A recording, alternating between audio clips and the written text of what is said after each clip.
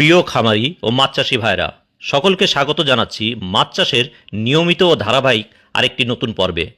আপনারা জেনে থাকবেন সিজন শেষ, আসছে শীত, তাই মাছের উৎপাদন কার্যক্রম অনেকটাই কমে গেছে, কারণ শীতে অধিকাংশ মাছ খায় কম, বাড়ে কম।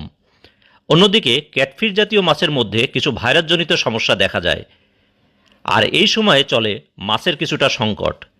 তাই শীতে চাষযোগ্য একটি লাভজনক মাছ নিয়ে আজকে আলোচনা করতে যাচ্ছি। হ্যাঁ, সেটা হলো কার্ফু বা জাপানি মাছ। এলাকাভেদে অনেকে একে কমন কাপ, মিনার কাপ, হাঙ্গেরি বা ট্যাবলেট নামেও ডেকে থাকেন। মাছটির মধ্যে আমরা দুইটা প্রজাতি পেয়ে থাকি, যার একটিতে কিছুটা আঁশ কম হয়, অন্যটি সমস্ত শরীরে আঁশযুক্ত হয়ে থাকে। সাধারণত লাল ও হালকা বাদামি বর্ণের এ মাছগুলো একক বা মিশ্র উভয় পদ্ধতিতে আপনারা চাষ করতে পারেন। শীতে অন্যান্য মাছ যেখানে খাওয়া কমিয়ে দেয় ও বাড়ে কম, সেখানে এ মাছগুলো 4 থেকে 5 ডিগ্রি তাপমাত্রায়ও খাবার খায় ও দ্রুত বাড়তে সক্ষম। তাছাড়া এ মাছের পোনার দামও তুলনামূলক কম, বাজার হারও বেশি, বিক্রয় মূল্যও ভালো।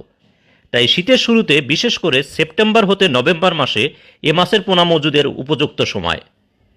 তাই আপনারা যারা শীতে চাষযোগ্য পোনা নিয়ে ভাবছেন, তাদের জন্য কার্ফু মাছটি হতে পারে একটি লাভজনক ও উত্তম পছন্দ।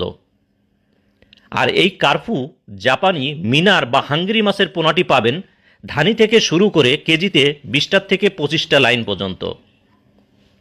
মিশ্র চাষে কেজিতে 2000 থেকে 5000 লাইনের পোনা নিতে পারেন সাশ্রয়ী মূল্যে, যার দাম পড়বে 1 টাকা 10 পয়সা হারে।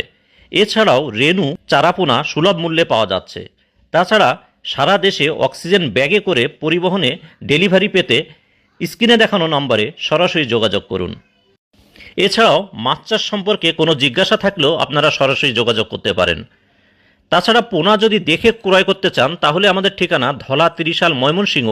এখানে এসে দেখেও পোনা ক্রয় করতে পারবেন। তো মাছ চাষ হোক আপনার জন্য আরও সাফল্যময়। এ কামনায় আজ এ পর্যন্তই। দেখা হবে পরবর্তীতে নতুন কোনো পর্বে নতুন কোনো তথ্য নিয়ে। সে পর্যন্ত ভালো থাকবেন। খোদা হাফেজ।